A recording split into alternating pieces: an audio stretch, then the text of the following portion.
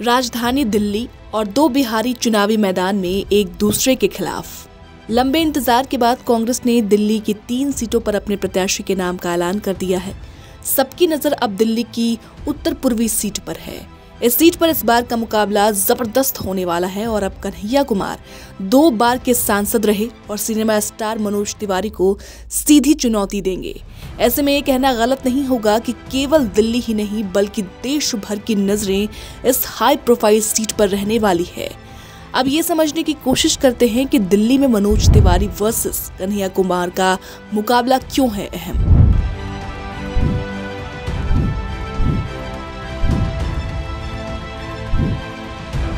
North east Delhi में पूर्वांचल की आबादी काफी ज्यादा है। ये पूरे भारतवर्ष का सबसे सघन आबादी वाला इलाका है। इसकी वजह है यहाँ पर बनी कॉलोनियां, जहाँ पर अलग अलग राज्यों से प्रवासी या माइग्रेंट जनसंख्या सबसे ज्यादा है।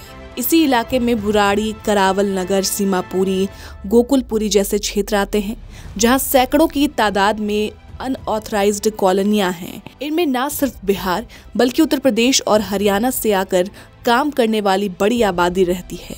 ऐसे में उन सब का वोट किस तरफ जाएगा, ये भी यहाँ का चुनावी समीकरण तय करेगा।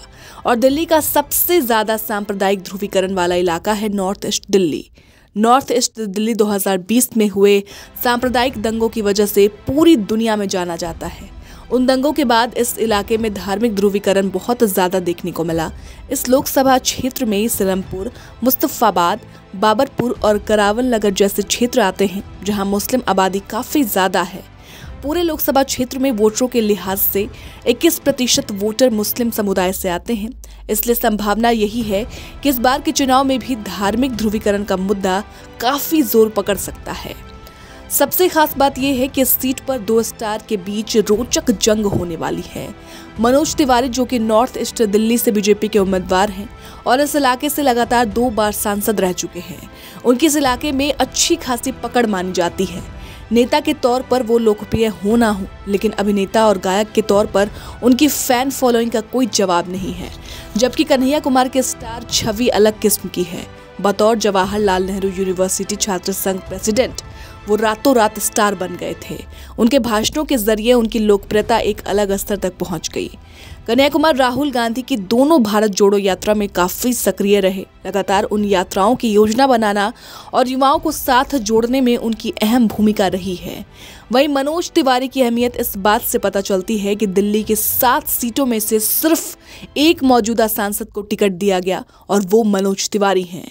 मनोज तिवारी खुद को नरेंद्र मोदी की सेना का एक सिपाही मानते हैं और सिर्फ दिल्ली की सियासत में ही नहीं बल्कि अलग अलग चुनाव में बतौर स्टार प्रचारक उनकी भूमिका काफी अहम रही है।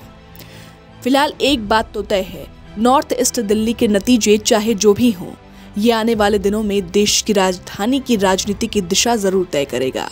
इस चुनाव में चाहे मनोज तिवारी जीतें या फिर कन्हैया कुमार, दोनों के सामने दिल्ली की राजनीति में अपनी पार्टी को नेतृत्व देने की काफी क्षमता मौजूद है। मौजूदा समय में आम आदमी पार्टी और अरविंद केजरीवाल कई आरोपों में घिरे हैं।